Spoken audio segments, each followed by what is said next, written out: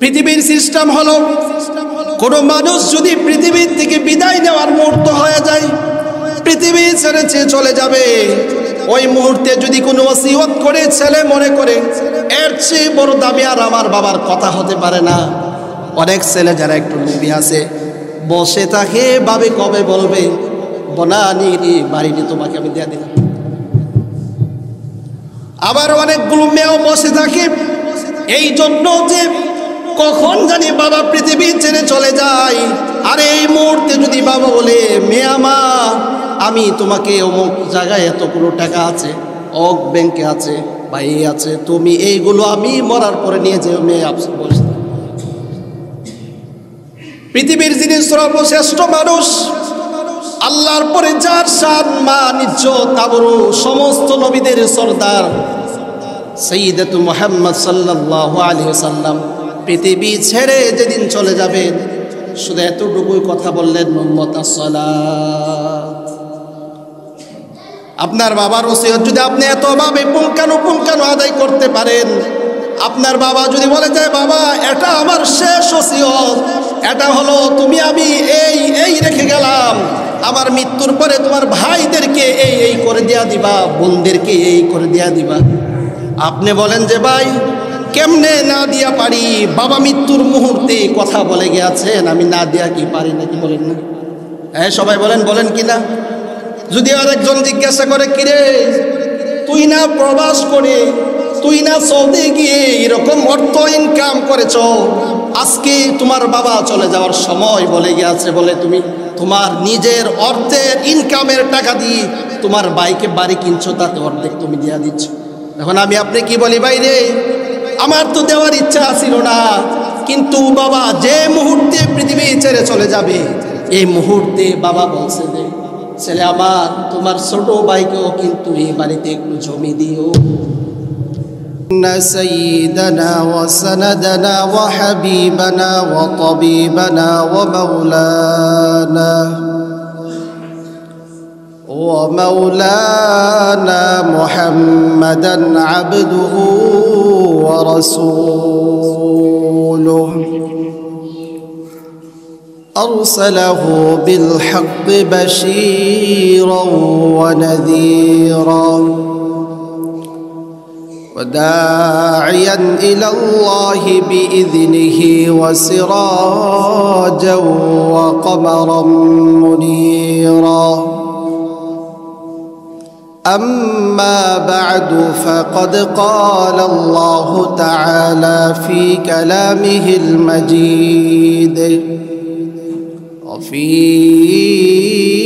فرقانه الحميد أعوذ بالله من الشيطان الرجيم بسم الله الرحمن الرحيم أقم الصلاة لدلوق الشمس إلى غسق الليل وقرآن الفجر إن قرآن الفجر كان مشهودا وقال تعالى في آية أخرى ألم يأن للذين آمنوا أن تخشع قلوبهم لذكر الله وما نزل من الحق صدق الله العظيم وصدق رسوله النبي الكريم ونحن على ذلك من الشاهدين والشاكرين والحمد لله رب العالمين وقال تعالى في شان حبيبه ومحبوبه إن الله وملائكته يصلون على النبي يا আইয়ুহাল্লাযীনা আমানু সাল্লু আলাইহি ওয়া সাল্লিমু তাসলিমা। আমরা নামাজে যে দুরূদ পড়ি দুরূদ ইব্রাহিম।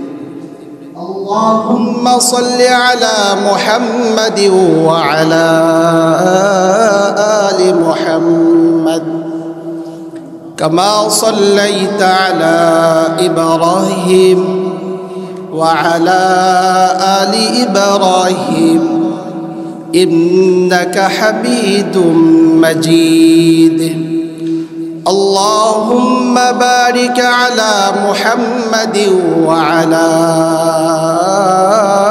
آل محمد كما باركت على إبراهيم وعلى آل إبراهيم إنك حميد مجيد بلغ العلا بكماله كشف الدجى بجماله حسنت جميع خصاله صلوا عليه وآله سبحانك لا علم لنا إلا ما علمتنا إنك أنت العليم الحكيم الحمد لله আল্লাহ রব্বুল আলামিনের দরবারে লাখো কোটি শুকরিয়া, যে মালিক সপ্তাহের শ্রেষ্ঠতম দিনে শ্রেষ্ঠতম মুহূর্তে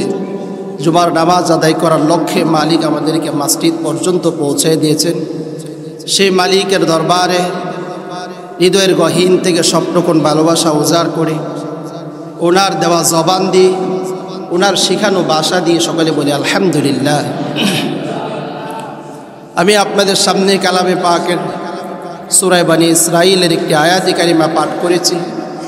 আল্লাহ চাহে তো সে আয়াতকে সামনে রেখে কোরআন ও হাদিস থেকে আলোচনা করব ইনশাআল্লাহ তাআলা। যতগুলো কথা বলবো মালিক সর্বপ্রথম আমাকে যেন আমল করার তৌফিক দান করে, তারপর আপনাদেরকে দান করে, সকলে বলুন আমিন। আমিও আল্লাহ পাকের কাছে সাহায্য চেয়ে নিচ্ছি, ওয়া তাওফীকি ইল্লা বিল্লাহ। সর্বপ্রথম কথা হলো আল্লাহ পাক আমাদেরকে পৃথিবীতে পাঠানো। প্রত্যেক মানুষ কিছু যদি করে তাহলে অবশ্যই তার কোনো না কোনো একটি বিষয়ের বা যে কিছুই সে করে তার একটি উদ্দেশ্য থাকে, মাকসাদ থাকে। আপনি একটা ফ্যাক্টরি বানাইছেন, তো আপনার ওইখানে কি আছে? উদ্দেশ্য আছে। আপনি চাকরি করছেন, আপনার সেখানেও উদ্দেশ্য আছে। ঠিক তদ্রূপভাবে মালিক আমাকে আপনাকে পৃথিবীতে পাঠিয়েছেন, পৃথিবী সাজিয়েছেন, ঘুরিয়েছেন। এর জন্য মালিকের একটি কি আছে? উদ্দেশ্য আছে। কারণ উদ্দেশ্যবিহীন কোনো কিছু যদি হয় তাহলে সেটাকে কি বলে? পাগলামি একটি বিষয়। যেরকম মনে করেন একটি মানুষ সামনে যাবে আবার আসতেছে, সামনের দিকে যায় আবার পিছনের দিকে যায়, কিন্তু তার কোনো উদ্দেশ্য যদি না থাকে তাহলে মানুষ তাকে কি বলবে? অটোমেটিক তাকে পাগল বলবে। তাহলে প্রত্যেকটা জিনিসেরই একটা বিষয়বস্তু বা মূল একটি লক্ষ্য থাকে, উদ্দেশ্য থাকে। সেটা হলো যে আমি কাজটি করতেছি এই জন্য যে এর মাধ্যমে আমার কি আসবে? বেনিফিট আসবে। তো মালিক আমাদেরকে পৃথিবী পাঠানো, পৃথিবী সাজানো, মালিকের একটা কি আছে? উদ্দেশ্য আছে। আল্লাহ পাক পৃথিবীকে এত সুন্দর করে সাজিয়ে দিয়েছেন, এমনি এমনিতে সাজিয়ে দেন নাই। আল্লাহ পাক মানুষকে বানিয়েছেন, এমনি এমনিতেই বানিয়ে পাঠিয়ে দেন। তাহলে কথা দাঁড়ালো যে মালিক পৃথিবী সাজানো, মানুষ বানানো, তার একটি উদ্দেশ্য আছে, লক্ষ্য আছে। আর সেটাই হলো যে ঈমান কালিমার পরে সবচেয়ে যে গুরুত্বপূর্ণ বিষয় রাখে মুসলমান হিসাবে, সবচেয়ে গুরুত্ব যে বিষয়টি, সেটা হলো যে মুসলমান নামাজ আদায় করে। বাকি ইসলামের কালিমার পরে, ঈমান আনার পরে সবচেয়ে গুরুত্বপূর্ণ বিষয় হচ্ছে নামাজ। সবচেয়ে গুরুত্বপূর্ণ বিষয়। আল্লাহ পাক আমাকে আপনাকে পৃথিবীতে পাঠানো পৃথিবী সাজানো সব কিছুর একটাই, আমি আপনি আল্লাহ পাকের কুদরতি পায়ে সেজদা দিব, আর কিচ্ছু না। একটু চিন্তা করেন, আপনি যদি যে ছেলের সন্তান জন্ম দিয়েছেন, আল্লাহ পাক দিয়েছে আপনি মাধ্যম, এখন এই ছেলে অথবা মেয়ে যদি আপনাকে বাবা বলে না ডাকে, তাহলে মনে হয় আপনাদের কাছে সবার কাছে ভালো লাগে। কি বলেন মুরব্বী, ভালো লাগে না? বাবা, ছেলে বা মেয়ে আল্লাহ পাক যা দিয়েছেন আপনার মাধ্যমে, যা পৃথিবীতে আসছে, তারা যদি আপনাকে বাবা না বলে, মা না বলে, পৃথিবীতে এর চেয়ে বড় দুঃখের বিষয় কিন্তু কিচ্ছু নেই। অনেক লোক এরকম আছে যে ছেলে কথা বলে না, আলেমদের কাছে যায় বা ভালো ভালো ডক্টর দেখায়। কেন দেখায়? যে ছেলে যেন একটু মুখ ফুটে কথা বলে।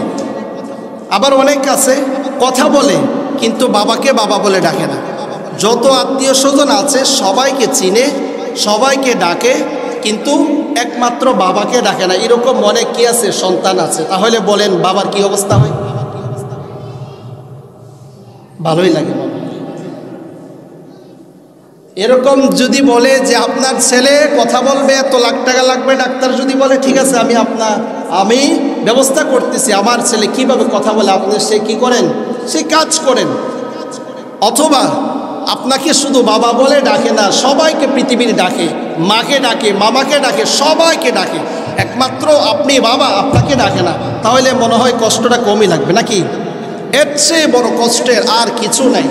ঠিক মালিক আমাকে আপনাকে পৃথিবীতে পাঠানোর উদ্দেশ্য, মালিক আমাকে আপনাকে পৃথিবী সাজানো পাঠানো, এর উদ্দেশ্য হলো একটি, যে কালিমার পরে সবচেয়ে বড় যে দামি জিনিস, সবচেয়ে যে গুরুত্বপূর্ণ জিনিস, সেটা হলো আল্লাহ পাকের কুদরতি পায়ে সেজদা দেওয়া। আল্লাহ রাব্বুল আলামিন একবার যদি বলতেন, কোরআনের সূরা বাকারার প্রথম আয়াত বলে দিলেই কিন্তু শেষ হয়ে যেত। কিন্তু বারবার বারবার কেন নামাজের কথা বললেন, কেন নামাজের কথা বললেন? রাসূলুল্লাহ সাল্লাল্লাহু আলাইহি ওয়াসাল্লাম মুমূর্ষ অবস্থায় অন্য কোনো কথাও তো বলতে পারেন। বুঝেন নাই কথা? রাসূলের মুমূর্ষ অবস্থায় অন্য কোনো কথা বলতে পারতেন না। পৃথিবীর সিস্টেম হলো, কোনো মানুষ যদি পৃথিবীর থেকে বিদায় নেওয়ার মুহূর্ত হয়ে যায়, পৃথিবী ছেড়ে চলে যাবে, ওই মুহূর্তে যদি কোনো ওসিয়ত করে ছেলে মনে করে এর চেয়ে বড় দামি আর আমার বাবার কথা হতে পারে না। অনেক ছেলে যারা একটু লোভী আছে, বসে থাকে ভাবে কবে বলবে বনানি বাড়িটি তোমাকে আমি দেয়া দিলাম।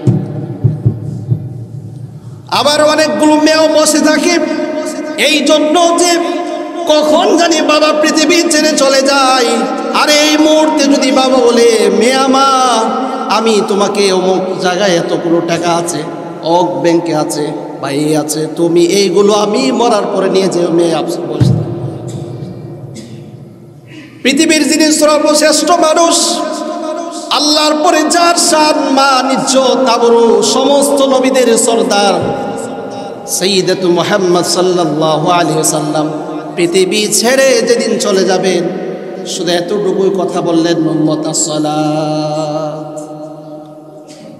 আপনার বাবার ওসিয়ত যদি আপনি এতভাবে পুঙ্খানুপুঙ্খানু আদায় করতে পারেন, আপনার বাবা যদি বলে যায় বাবা এটা আমার শেষ ওসিয়ত, এটা হলো তুমি আমি এই রেখে গেলাম, আমার মৃত্যুর পরে তোমার ভাইদেরকে এই করে দেয়া দিবা, বোনদেরকে এই করে দেয়া দিবা। আপনি বলেন যে ভাই কেমনে না দিয়া পারি, বাবা মৃত্যুর মুহূর্তে কথা বলে গেছেন, আমি না দিয়া কি পারি নাকি? বলেন না? হ্যাঁ সবাই বলেন কি না? যদি আরেকজন জিজ্ঞাসা করে, কিরে তুই না প্রবাস করে, তুই না সৌদি গিয়ে এরকম অর্থ ইনকাম করেছ, আজকে তোমার বাবা চলে যাওয়ার সময় বলে গেছে, বলে তুমি তোমার নিজের অর্থের ইনকামের টাকা দিয়ে তোমার বাইকে বাড়ি কিনছো, তাতে অর্ধেক তুমি দিয়া দিচ্ছ। এখন আমি আপনি কি বলি, ভাই রে আমার তো দেওয়ার ইচ্ছা ছিল না, কিন্তু বাবা যে মুহূর্তে পৃথিবী ছেড়ে চলে যাবে, এই মুহূর্তে বাবা বলছে যে ছেলে আমার, তোমার ছোট ভাইকেও কিন্তু এই বাড়িতে একটু জমি দিও। বলেন সবাই মানবেন কিনা? হ্যাঁ কথা বলেন না? অবশ্যই মানবেন। জিজ্ঞাসা করলে বলেন বাবা বলে দেওয়া গেছে এই জন্য কিন্তু আপনার জন্য যিনি সবচেয়ে আল্লাহর পরে ভালোবাসা, আপনাকে যিনি সবচেয়ে বেশি মহব্বত করে, আল্লাহর পরে যিনি আপনাকে সবচেয়ে বেশি ভালোবাসে, আপনার স্ত্রীর চেয়ে, আপনার মার চেয়ে, আপনার বাবার চেয়ে, বিশ্বনবী মুহাম্মদ সাল্লাল্লাহু আলাইহি ওয়াসাল্লাম যেদিন পৃথিবী ছেড়ে চলে যাবে, এই মুহূর্তে বলছে উম্মত আসসালাত। মুহাম্মদ সাল্লাল্লাহু আলাইহি ওয়াসাল্লাম পৃথিবী ছেড়ে চলে যাবে, কান্না করেন। সাহাবায়ে একরাম জিজ্ঞাসা করে, ইয়া রাসূলুল্লাহ, এই মুহূর্তে কান্নার কারণ কি? আপনি পৃথিবী ছেড়ে চলে যাবেন এই জন্য কাঁদেন নাকি? রাসূল সাল্লাল্লাহু আলাইহি ওয়াসাল্লাম বলেন, না রে সাহাবী, আমি এই জন্য কাঁদি না। তাহলে কি জন্য কাঁদেন? আপনি আপনার ফাতেমাকে দেখে যাচ্ছেন এই জন্য নাকি কাঁদতেছেন? রাসূলুল্লাহ সাল্লাল্লাহু আলাইহি ওয়াসাল্লাম বলেন, না, আমি এই জন্য কাঁদি না যে আমি আমার ফাতেমাকে রেখে আল্লাহ রাব্বুল আলামিনের দরবারে চলে যাচ্ছি, এই জন্য আমি কাঁদি না। তাহলে কি জন্য? হাসাইন এবং হুসাইন কলিজার টুকরো নাতিগুলোকে রেখে যাচ্ছেন, এই জন্য কাঁদেন কি? হাবিবুল্লাহ রাসূল সাল্লাল্লাহু আলাইহি সাল্লাম বলেন, না রে ভাই, এই জন্য কাঁদি না। হাসাইন এবং হুসাইনকে রেখে যাচ্ছে এই জন্য আমি কাঁদি না। আমি ফাতেমাকে রেখে যাচ্ছি এই জন্য কাঁদি না। আমি কাঁদি আমার উম্মতের কি অবস্থা হবে আমি যদি পৃথিবী ছেড়ে চলে যাই, আবার উম্মতের জিম্মাদারি কে নেবে, এই জন্য কাঁদি। আপনাকে তো ভালোবাসতো তাহলে নাকি? এরপরও ভালোবাসতো না তিনি? আল্লাহর দরবারে গিয়েছি, ফাকানা কাবা কাউসাইনি আও আদনা, এত নিকটে আল্লাহর গিয়েছে, যাওয়ার পরও কিন্তু হাবিব অন্য কিছু চান না, ইচ্ছা করলে চাইতে পারতেন। আল্লাহ বলছে, হাবিব মেহমান হয়ে আপনাকে আনছি, বলেন আবার কি দিব? ইচ্ছা করলে তো বলতে পারতেন আমাকে মক্কার জমজম টাওয়ারটা দিয়ে। মনে করেন কথার কথা কোনো একজন শিল্পপতি যদি আপনাকে ধরে বসে, এই ভদ্রলোক বলো তোমাকে আমি কি দিলে তুমি সন্তুষ্ট হবা, তুমি খুশি হবা, তখন কি আপনি কি করবেন? যে আমাকে একটা জাতীয় মাছ ইলিশ কিনা দেন, বলবেন নাকি? শিল্পপতির অনুযায়ী আপনি বলবেন আমাকে যদি ধানমন্ডি একটা ফ্ল্যাট দেন, তাহলে বাকি জীবনটুকু আমি শান্তিতে থাকবো, এই তো বলবেন। কি বলেন? এই বলবেন না? নাই সময় গিয়া বলবেন ওই মসজিদের ইমাম সাহেবের অবস্থা খুবই খারাপ, মসজিদের ইমাম সাহেবের জন্য কিছু ব্যবস্থা করেন, বলবেন নাকি? এই কথা আপনার মুখটা বের হবে না। তার মানে যখনই আপনাকে কেউ কিছু প্রশ্ন করবে অথবা কেউ জিজ্ঞাসা করবে, সাথে সাথে বলবেন আমার জন্য যদি কিছু করেন, আমার জন্য যদি কিছু করেন তাহলে ভালো হবে। কিন্তু হাবিব আল্লাহর দরবারে গিয়া কিন্তু বলে নাই যে আমার জন্য কিছু লাগবে, এটাও বলে নাই যে আমার ফাতেমার জন্য লাগবে, এটাও বলে নাই হাসাইন আর হুসাইনের জন্য কিছু লাগবে। তাহলে নবী আপনাদেরকে ভালোবাসে তো ইনশাআল্লাহ?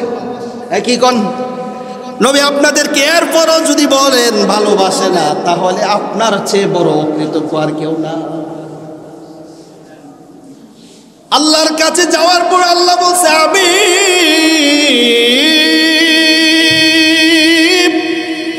এখন বলেন আপনার কি লাগবে? হাবিব বলে আমার ফাতেমার জন্য আমি চাই না, হাসাইন হুসাইনের জন্য আমি চাই না, আমি আমার উম্মতের জন্য চাই। আরে উম্মত হলেন কিন্তু আপনি আপনার দাম আছে তো? নিজে যদি নিজেকে না চিনেন, রব্বে কাবার কসম, আপনি যদি আপনাকে না চিনেন, হলে আপনি যতই জোর করেন আপনি কিন্তু সম্মানিত হইতে পারবেন। বুঝেন নাই কথা? আপনি আগে চিনতে হবে আমি একজন মুসলমান, আমি একজন আল্লাহ পাকের বান্দা, আমি শ্রেষ্ঠ নবী সাইয়্যিদুল আম্বিয়া খাতামুন নাবিয়িন মুহাম্মদ সাল্লাল্লাহু আলাইহি ওয়াসাল্লামের উম্মত। তাহলে কথা কি দাঁড়ালো? কথা দাঁড়ালো যে উম্মত যদি নিজেকে চিনে, উম্মত যদি নিজেকে চিনে, উম্মত কত দামি, যে উম্মত এত দামি, হাবিবের উম্মত এত দামি, হাবিবের উম্মত এত দামি, প্রত্যেক নবী পর্যন্ত আল্লাহর কাছে বলছে যে আল্লাহ একটু কিছু ব্যবস্থা করা যায় কিনা। কি ব্যবস্থা? যে এই মানে চাই গো শেষ নবীর উম্মত হয়ে থাকবে। তাহলে আপনার দাম আছে তো ইনশাআল্লাহ, নাকি নাই? হ্যাঁ, কি কোন জোরে কোন। দাম না বুঝার কারণে আজকে অবস্থা। মাথা নত করবেন একমাত্র আল্লাহর কাছে, মাথা নত একমাত্র আল্লাহর কাছে। স্বাভাবিক কোনো মাথা নাই। যে মাথা আপনি জমিনে লাগাচ্ছেন, এই মাথা সাধারণ কারোর কাছে লাগান নাই। এই মাথা বাদশা দি বাদশা আহকামুল হাকিমিন, যিনি জমিনের মালিক, আসমানের মালিক, ওল কায়নাতের মালিক, যা কিছু আছে সব কিছুর মালিক যিনি আল্লাহ, তিনার কাছে আপনার মাথা নত করবে। হ্যাঁ, কথা বলেন, তার কাছে করতে হবে কিনা? এই জন্য আল্লাহ বলছে সফল কাম হয়ে গেছে, হবে তা না। আল্লাহ রাব্বুল আলামিন স্পষ্ট করে বলেন কোরআনে, সফল কাম হয়ে গেছে। কে? আপনি আমার সফলতা কাকে বলি? আপনি সফলতা বলেন যদি আপনার কাছে টাকা থাকে, আপনার ব্যাংক ব্যালেন্স থাকে, বাড়ি থাকে, তাহলে আপনার মনে করেন ছেলেটা স্মার্ট, সে একজন প্রতিষ্ঠিত ছেলে।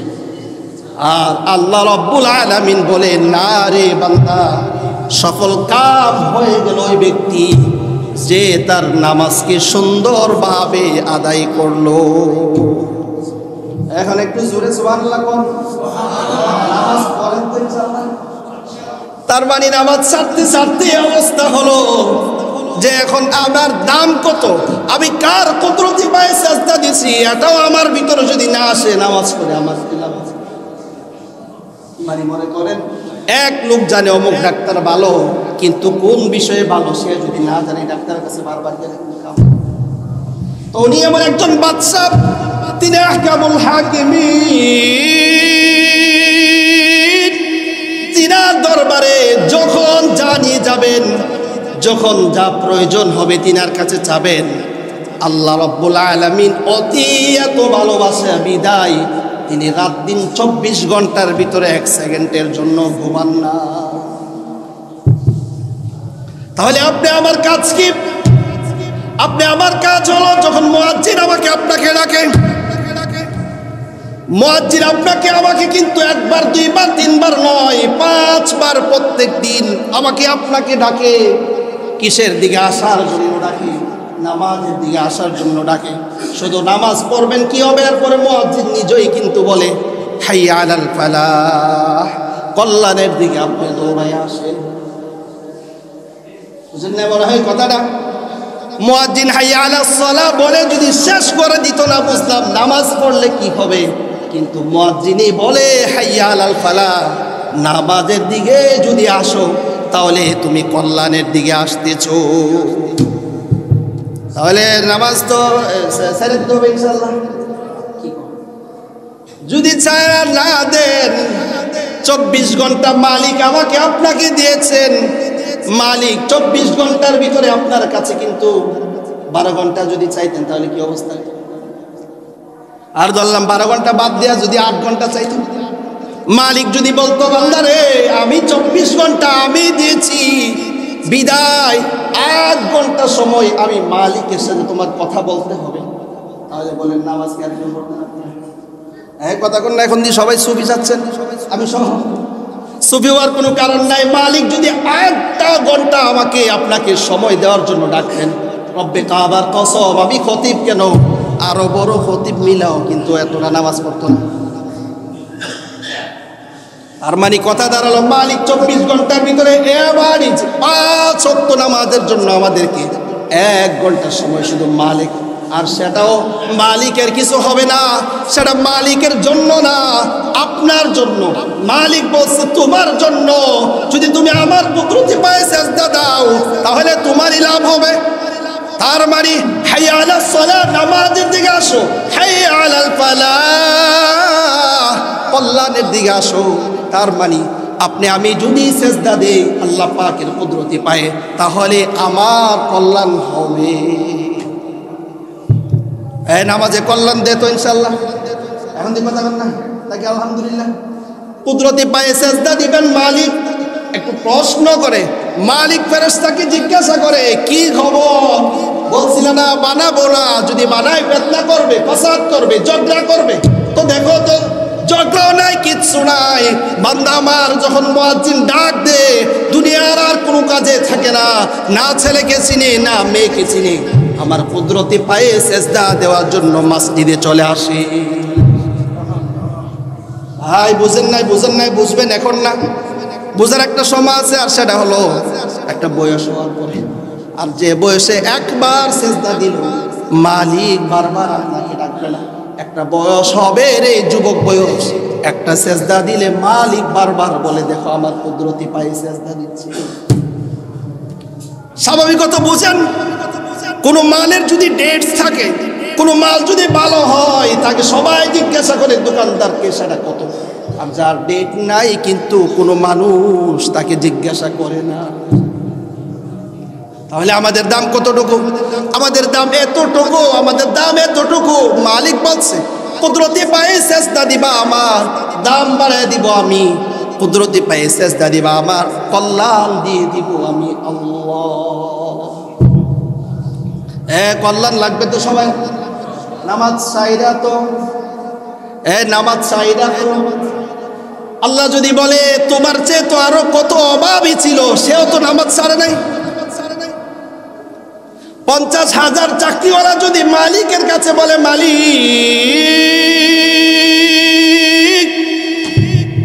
আমাকে 50 দেওয়ার কারণে ফ্ল্যাট ভাড়া দিয়ে থাকতে থাকতে দিন শেষ হয়ে গেছে রে, তোমার কুদরতি পায়ে সেজদা দিতে পারি নাই। আল্লাহ যদি জিজ্ঞাসা করে বান্দারে 50-এর নিচে কি এরকম কোনো নামাজি আছে কিনা তাকাই। আবার যদি আপনি বলেন আমার বেতন 30 হওয়ার কারণে কুদরতি পায়ে তোমার সেজদা দিতে পারি নাই, মালিক যদি ডেকে ডেকে বলে বান্দা আমার 30-এর নিচে এরকম কোনো বেতনদারি নামাজি আছে কিনা তাকাই। তাহলে এবার আপনারা বলেন বেতন কম হওয়ার কারণে যদি কেউ নামাজ না পড়ে আল্লাহ ছেড়ে দিব তো? শ্রমিক যদি বলে আমি রিক্সা চালাই বিদায় তোমার ইবাদত করি না, আরে ভাই তুমি তো পা হাত দিয়ে রিক্সা চালাচ্ছ, তোমার চেয়ে তো আরো বড় অভাবী মানুষ কিন্তু আল্লাহর কুদরতি পাইছে। আপনি যদি বলেন দুবেলা খাইছি বিদায় তোমাকে সেজদা দেই নাই, মালিক যদি জিজ্ঞাসা করে এক বেলা খানে ওয়ালা দেখো এখানে সেজদা দেওয়ানে আছে কিনা। তাহলে কথা দাঁড়ালো আমার জীবনের কল্যাণ, আমার জীবনের খায়র, আমার জীবনের উত্তমতা সব কিছু হবে আমি যদি নামাজ পড়ি। ঈমান, তারপরে সবচেয়ে গুরুত্বপূর্ণ জিনিস হলো নামাজ। কিরকম গুরুত্ব, কিরকম গুরুত্ব? রাসূলুল্লাহ সাল্লাল্লাহু আলাইহি সাল্লাম পৃথিবী ছেড়ে চলে যাবেন, রাসূল জীবিত থাকতে কেউ ইমামতি করে নাই। একমাত্র রাসূল অসুস্থ হওয়ার পরে সিদ্দিক আকবর রাদিয়াল্লাহু তাআলা আনহু ইমামতি করছে। আর সাহাবীদের একটা নামাজ যেরকম তাদের ভালোবাসার বিষয় ছিল, নামাজ যেরকম তাদের মহব্বতের বিষয় ছিল, আর সেটাও একটা বিষয় ছিল যে রাসূল সাল্লাল্লাহু আলাইহি ওয়াসাল্লাম মসজিদে আসবে আর রাসূলকে দেখব। তো রাসূল মৃত্যুর পূর্বে মুহূর্তে অনেকদিন যাবত তিনি অসুস্থ। এক পর্যায়ে তিনি মসজিদে নববীতে এসে ইমামতি করবেন, সে শক্তিটুকু নাই। রাসূল পৃথিবী ছেড়ে চলে যাবেন, এখন কে ইমামতি করবে? রাসূলের পরে উম্মতের ভিতরে সর্বশ্রেষ্ঠ মানুষ হচ্ছেন সিদ্দিক আকবর রাদিয়াল্লাহু তাআলা।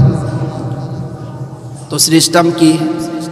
বড় ভাই মরলে মেজু ভাই, মেজু ভাই মরলে ছোট ভাই, তো নাকি বাবা মরলে ছোট ভাই রাজনীতি করে? এটা কোনো রাজনীতি? তো সাহাবীদের ভিতরে শ্রেষ্ঠ সাহাবী সিদ্দিক আকবর রাদিয়াল্লাহু তাআলা ইমামতি করবেন। দাঁড়িয়ে গেছেন মসজিদে নববীর পাশে, রাসূলুল্লাহ সাল্লাল্লাহু আলাইহি সাল্লামের হুজরা মুবারক, কামরা মুবারক ছিল। যখন সিদ্দিক আকবর নামাজ পড়াই, আল্লাহর রাসূল দুজন সাহাবীর কাঁধে ভর দিয়ে তাকাইয়া জানালা দিয়া দেখতেছে আর বলতেছে দেখো রে আমার সাহাবীরা আবু বকরের নেতৃত্বে নামাজ আদায় করছে। তো রাসূল হাসে আবার কাঁদে। তো আম্মা জান আয়েশা রাদিয়াল্লাহু তাআলা আনহা জিজ্ঞাসা করেন, নবী একবার হাসেন আর একবার কাঁদেন, বুঝলাম না। বলে, আয়েশা রে, এই জন্য আমি কাঁদতেছি যে আমার সাহাবীরা আজকে কত সুন্দরভাবে আল্লাহর কুদরতি পায়ে সেজদা দিতেছে, আর যখনই তারা সেজদায় যায় কেমন যেন সেজদাটা হয়ে যায় মুহাম্মদ, আর আমি নবীর নামে আল্লাহ পাক সেজদা দিয়েছে। হামিম ডাল মিলালে কি হয়? মুহাম্মদ। আপনি যখন সেজদায় যাবেন, সেজদায় আকার গোলাকার করে পুরা হুবহু মুহাম্মদ হয়ে যায়। আল্লাহ আমাকে এতটা ভালোবাসেন যে আল্লাহ পাক তার কুদরতি পায়ের সেজদাটা আমি মুহাম্মাদের মতো করে দিয়েছি। আবার আপনি হাসেন কেন?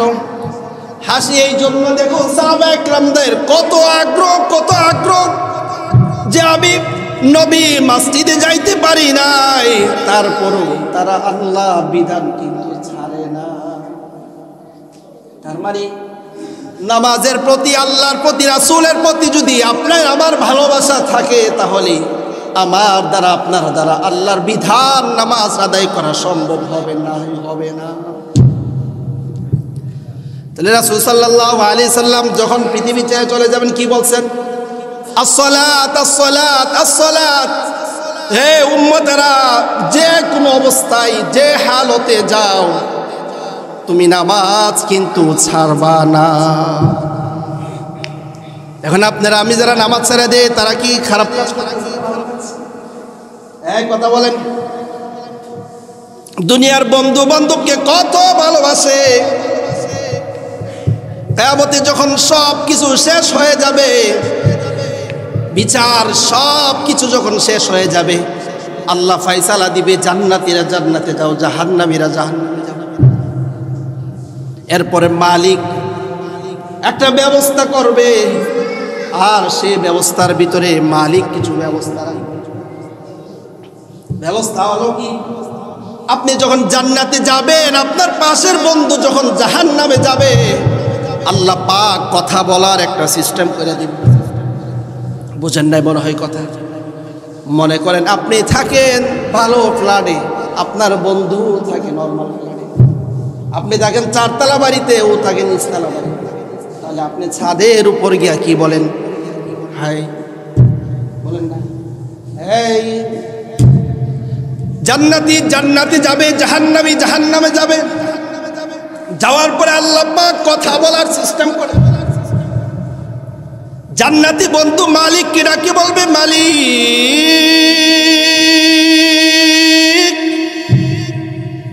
দুনিয়াতে আমার অমুক বন্ধুর সাথে আমি চলেছি,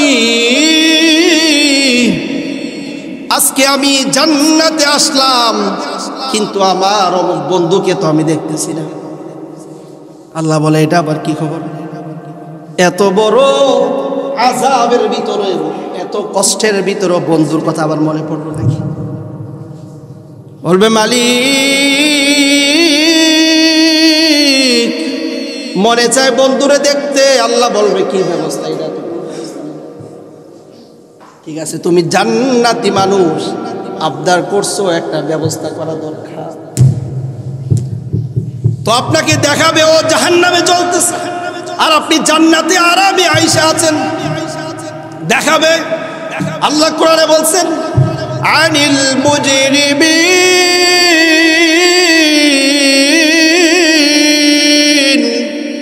মা সালাকাকুম ফি সাকর। জাহান্নামী মুজরিম যারা জাহান্নামী সাকর নামক জাহান্নামে থাকবে, আর আপনি বন্ধু জান্নাতে থাকবেন। থাকে জিজ্ঞাসা, কিরে বন্ধু, দুনিয়ার জীবনে আমি তুমি একসাথে কত না আনন্দ করেছি, তুমি বন্ধুকে নিয়ে কত পার্টিতে গিয়েছি, কত জীবন সুন্দর যাপন করলাম, আয়েশে আরামে আমি আর তুমি থাকলাম। আমি আজকে জাহান্নামে জ্বলতেছি, তুমি আজকে জান্নাতি হয়ে গেলা। জান্নাতি বন্ধু ডেকে বলবে কি অবস্থা, কিভাবে তুমি জাহান্নামে গেলা? দুনিয়ার জীবনে যখন একটা চা পান করেছি তাও মাঝে মাঝে দুইজন ভাগ করেছি, আবার যদি শয়তানের কোনো লাঠি খাইছি এটাও দুইজনে ভাগ করে খাইছি, আবার যা কিছু করছি সব কিছু দুইজনে মিলাই করছি। আজকে আমি জান্নাতি আর তুমি কেন জাহান্নামে? এই অবস্থা হইতে পারে না, বুঝেন নাই? আপনার বন্ধু যদি ভালো হয় আপনার হবে জান্নাত, আপনার বন্ধু হবে জান্নাতি। আর আপনি যদি খারাপ হন আপনার বন্ধু জান্নাতি হতে পারে, আপনি খারাপের কারণে জাহান্নামে যাবেন। হতে পারে না এরকম ভাই? হতে পারে তো এটা। তাহলে আল্লাহ বলবে তাহলে কি, আয় তুমি কেন জাহান্নামে গেলা? বন্ধু ডেকে ডেকে বলবে, হ্যাঁ বন্ধু, যখন মুয়াজ্জিন আযান দিছে তুমি আমাকে রাইখা তুমি একা একা মসজিদে চলে গেছো, গিয়া জামাত আদায় করছো। যখন সময় হয়ে গেছে আমাকে তুমি রাইখা আমি যাই নাই, আমাকে বলছো আমি যাই নাই, বিদায় আজকে আল্লাহ পাক তোমাকে জান্নাত দিয়েছে, আর আমি খারাপ আমল করার কারণে আমাকে জাহান্নামে দিয়েছে। আল্লাহ বলবে কিন্তু এমন ডং ডাং না, দুনিয়ার ভালোবাসা ভালোবাসা না, ভালোবাসা হবে আল্লাহর জন্য। আর আপনাকে অপছন্দ, আপনাকে ভালোবাসে না, সেটাও যদি আল্লাহর জন্য হয় তাহলে হবে ফাকাদ ইস্তাকমালাল ঈমান, ঈমান পরিপূর্ণ। ভালোবাসতে হবে কার জন্য সবাই বলেন? হ্যাঁ, ভালোবাসতে হবে কার জন্য? ভালোবাসতে হবে আল্লাহর জন্য। আবার অপছন্দ যদি করেন সেটাও করতে হবে আল্লাহর জন্য। তার মানে কথা দাঁড়ালো আপনার বন্ধু জান্নাতে চলে গেল আর আপনি জাহান্নামী। জান্নাতি বন্ধু ডেকে ডেকে বলবে কি অবস্থা, তুমি জাহান্নামে কেন? বলবে বন্ধু জাহান্নামী। বন্ধু ডেকে ডেকে বলবে, বন্ধু রে আমি ঠিক মতে নামাজ পড়ি নাই, মুয়াজ্জিন আযান দিয়েছে আমি যাই নাই, মুয়াজ্জিন আমাকে ডাকছে আমি যাই নাই, তুমিও বলছিলে আমি যাই নাই, বিদায় আজকে আমি জাহান্নামী আর তুমি হচ্ছ জান্নাতি। ডেকে ডেকে বলবে কোরআনের আয়াত, قالوا لم نك من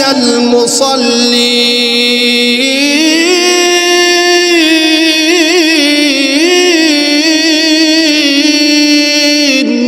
ডেকে ডেকে বলবে আমি মুসল্লি ছিলাম না। এখন মুসল্লি কি চা খাওয়ান না বন্ধুর মুসল্লি না, নামাজ যারা পড়ে তাদেরকে মুসল্লি বলে।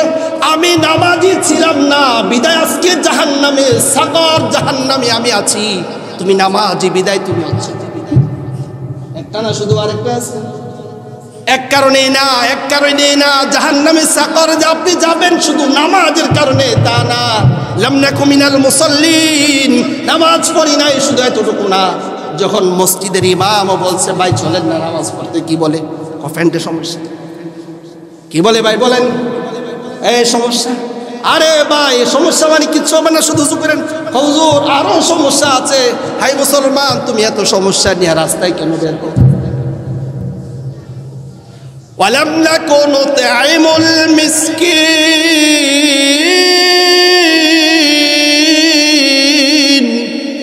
আমি জাহান্নামে শুধু নামাজ পড়ি নাই এই জন্য আসি নাই। আমি কোনোদিন কোনো এতিমকে, কোনোদিন কোনো মিসকিনকে, কোনোদিন কোনো দারিদ্র মানুষকে আমি খাবারও খাওয়াই না। দেখবেন কিছু লোক আছে কই এত খাওয়াইয়া কি হবে? না, আল্লাহ বলছে খাওয়াইলে আমি আল্লাহ তোমার জন্য করলাম।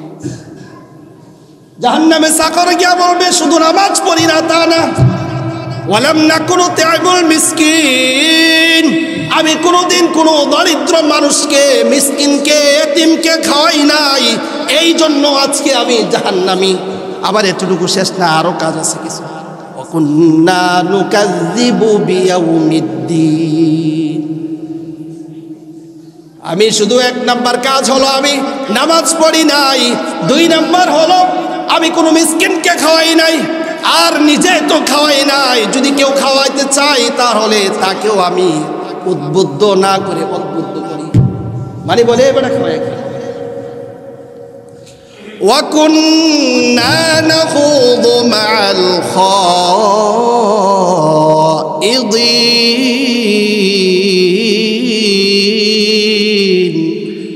এমন না শুধু আরো কিছু কাজ করতাম। আর তা হলো কি? এটা হলো যদি কোনো মানুষের পর নিন্দা করেন, পরনিন্দা বুঝেন, বলেন ভাই তুমি জানো, কহ বেচারা শুনে নাই কিচ্ছু, কিন্তু আমার সম্পর্কে যদি কিছু বলে কহ, আপনার সম্পর্কে যদি বলে কহ। আল্লাহ বলছে 3 নম্বর, ওই গুনাহের কারণে তুমি জাহান্নামে সাকর যাবা, আর এই জাহান্নামে তোমাকে ছাই করে করে দিবে। জান্নাতি বন্ধু তোমাকে জিজ্ঞাসা করবে আর হাই হেলো দিবে, আর জান্নাতের বন্ধুর দিকে তাকায় দেখবা, এত সুন্দর চেহারা, এত কিছু জান্নাতি আল্লাহ তোমার বন্ধুকে দিয়েছে। দুনিয়াতে বন্ধু ছিলা কিন্তু ভালো বন্ধু ছিল না, বিদায় আজকে তুমি জাহান্নামে আর তোমার বন্ধু জান্নাতে। এজন্য হাদিসের মধ্যে আসছে আল মারউ মা মান নাহাবা, বন্ধু যদি ভালো হয় আর আপনার সাথে যদি ভালোবাসা হয়, তাহলে এই ভালোবাসা আপনাকে জান্নাত পর্যন্ত পৌঁছায় দিবে। তাহলে কথা দাঁড়ালো কি ভাই? 1 নাম্বার, যদি বেনামাজি হন তাহলে আপনার ঠিকানা কোথায় হবে? সবাই বলেন, ওই বেনামাজি হলে কোথায় হবে? আর যদি মিসকিনদেরকে না খাওয়ান কোথায় হবে বলেন? মিসকিন বলতে কি যে কোনো ধরনের দরিদ্রতা হতে পারে। আল্লাহর রাস্তে যদি আপনার কাছে কেউ কিছু চায়, ভাই আল্লাহর রাস্তে আমি বিপদে আছি, আমাকে কিছু দেন, আপনি যদি না দেন আপনার কাছে থাকে, আপনিও হবেন সাকর নামে জাহান্নামী লোক। এরপরে হচ্ছে আপনি যে পরনিন্দা কইরা লাইলেন, আপনি যে বইলাই লাইলেন, হ হ হ, এই জন্য আপনাকে সাকর নামে জাহান্নামে যেতে হবে। আরেকটা হচ্ছে আপনি কিয়ামত দিবসকে আল্লাহ পাক আপনাকে হাসরের মাঠে দাঁড়া করাবেন। আল্লাহ পাকের দরবারে দাঁড়াইয়া এক এক করে সেকেন্ডের সময়ের হিসাব আল্লাহ পাকের দরবারে দিতে হবে। এটাকে আপনি অস্বীকার করার কারণে এই 4 কাজ যে করবে তার ঠিকানা হবে সাকর নামে জাহান্নাম। এখন জাহান্নাম কি ভাই সোজা মনে হয় নাকি? জাহান্নাম এত সোজা? জাহান্নাম কিন্তু এত সোজা না। যাওয়ার পরে টের পাইবেন কোন দিকটা কি যায়। বৎসরে কয় দিন যায়, মাসে কয় দিন যায়, সপ্তাহে কয় দিন যায়, জাহান্নামে গেলে টের পাবেন।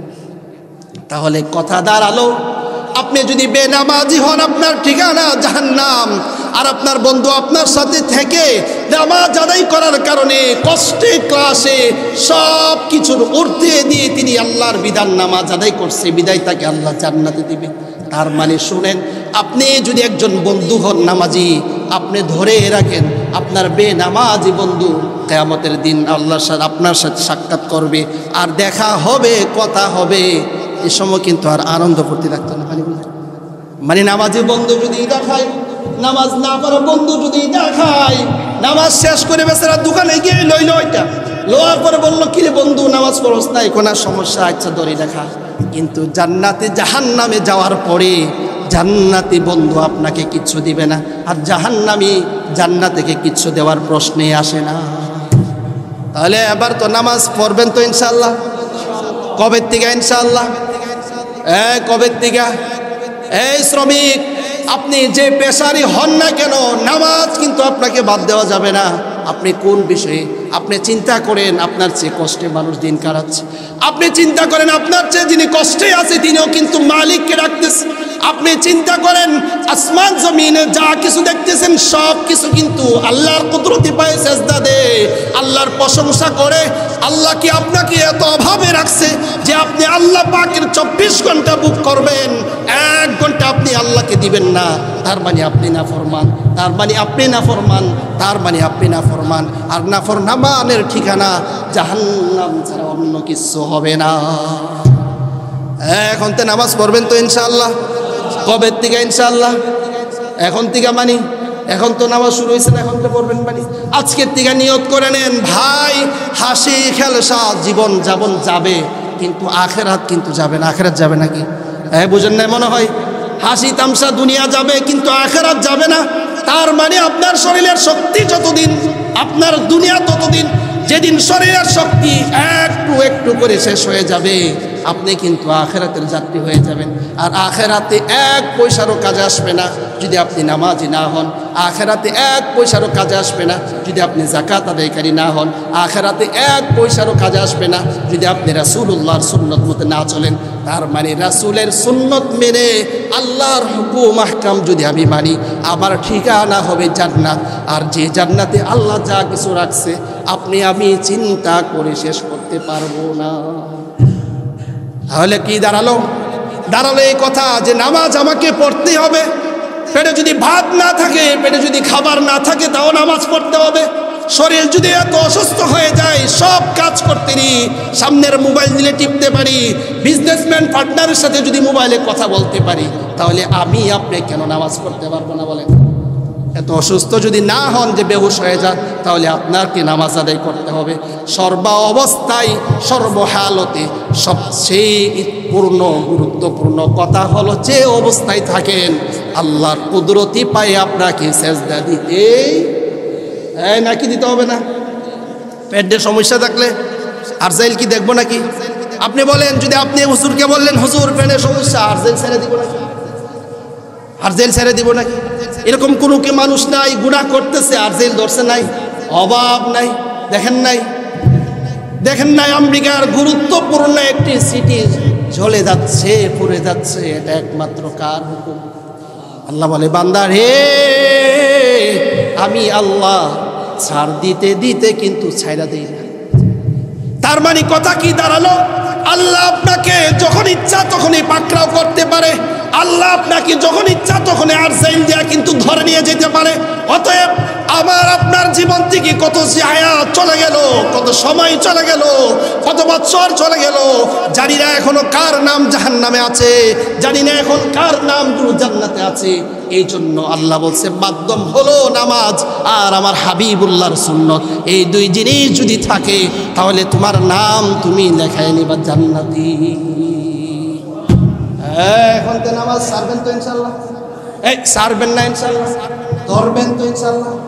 এক বন্ধুর হলে এত সিগারেট খান, এটা নামাজের দাওয়াত দেন, ইটা খাইতে পারে, এই করতে পারে, সেই করতে পারে, কোনোদিন মুখ ফুটায় বলতে বন্ধু চলো নামাজে, হাসছেন না? দুনিয়ার জীবন শেষ হয়ে যাবে, দুনিয়ার হায়াত কি হবে? ফোড়াইয়া যাবে। আপনি খাবার না খেলেও কিন্তু দিন যায় নাকি?